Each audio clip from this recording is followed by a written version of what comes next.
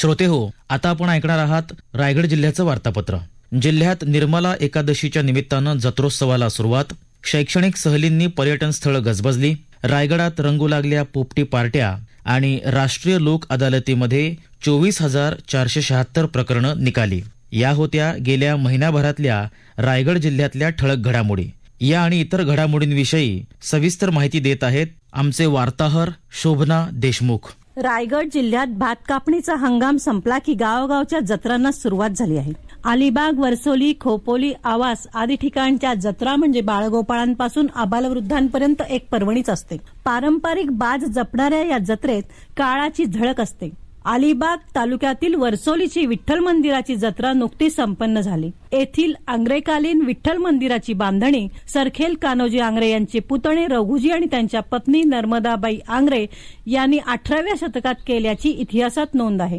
कार्तिक महिन्यातील निर्मल एकादशीला दरवर्षी ही जत्रा भरते. रायगड जिल्ह्यातील वर्सोलीची जत्रा असो किंवा खोपोलीची विठोबाची जत्रा असो किंवा आवासची जत्रा असो, या जत्रेच्या निमित्तानं चालणारा व्यापार हा छोट्या छोट्या दुकानदारांसाठी अत्यंत महत्वाचा असतो. जिल्ह्यातील पर्यटन स्थळे सध्या शैक्षणिक सहलींनी गजबजली आहेत. विद्यार्थ्यांना गडकिल्ले आणि समुद्रकिनाऱ्याचे आकर्षण असल्याने शैक्षणिक सहलींसाठी जिल्ह्याला पसंती मिळत असून 2 महिन्यात तब्बल 30 ते 35 हजार विद्यार्थी रायगड जिल्ह्यात दाखल झाले होते.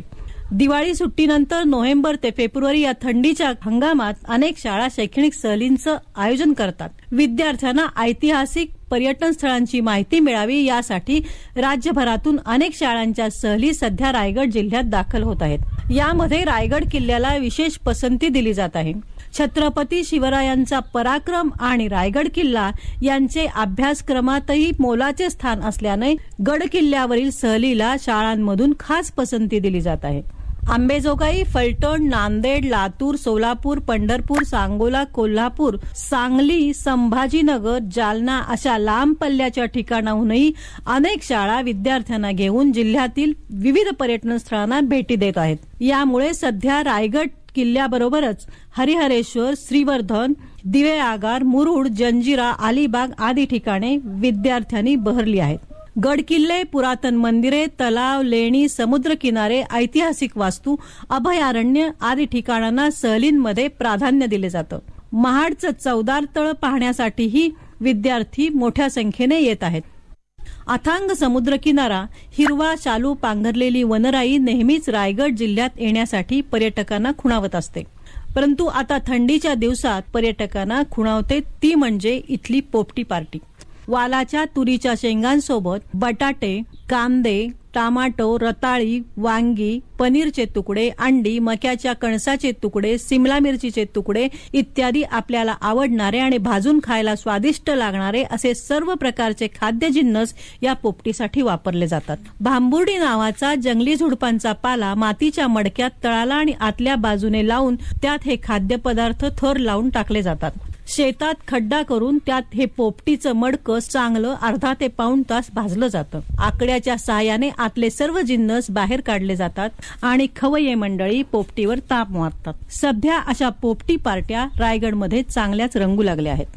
दाखलपूर्व आणि प्रलंबित खटल्यांचा जलद निपटारा व्हावा आणि प्रलंबित खटले सामोपचाराने मिटावेत या हेतूनं आयोजित लोक अदालतीत रायगड जिल्ह्यातील वादपूर्व आणि दाखल अशी एकूण 24,476 प्रकरणे सामंजस्याने मिटवण्यात यश आले असल्याची माहिती जिल्हा विधी सेवा प्राधिकरणाचे सचिव तथा न्यायाधीश श्री अमोल शिंदे यांनी दिली आहे.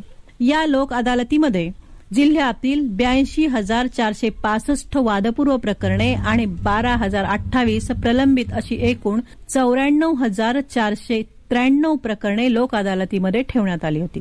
त्यापैकी 23,087 वादपूर्व प्रकरणे आणि 1,389 प्रलंबित प्रकरणे अशी एकूण 24,476 प्रकरणे सामंजस्याने मिटवून लोक अदालतीमध्ये निकाली निघाली असून त्यामध्ये पक्षकारांना एकूण 18,68,63,031 रुपयाची तडजोड रक्कम मिळवून देण्यात आली आहे. शोभना देशमुख, अलिबाग, रायगड. याबरोबरच रायगड जिल्ह्याचं वार्तापत्र संपलं. हे वार्तापत्र आकाशवाणी मुंबईच्या प्रादेशिक वृत्त विभागानं सादर केलं.